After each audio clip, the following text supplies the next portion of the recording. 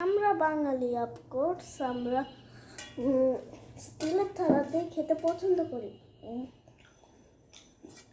আর বাকি সব যেগুলো থাকে কাঁচা প্লেট, সেগুলো আমাদের মেহমানদেরকে দিই।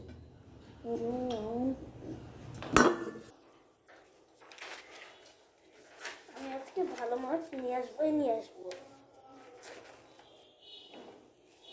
আমার বোন যখন স্কুলে যাওয়ার টাইমে পরীক্ষার আগে তখন যা করে, আমি তো আজকে ফুল মাছ নিয়েই আসবো। আমি তো আজকে পরীক্ষাতে বেশি পাবো। আমি সবার থেকে বেশি পাবো।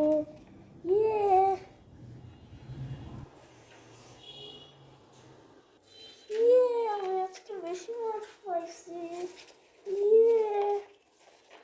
আমি যা বলছিলাম তা সফল হয়েছি আমি।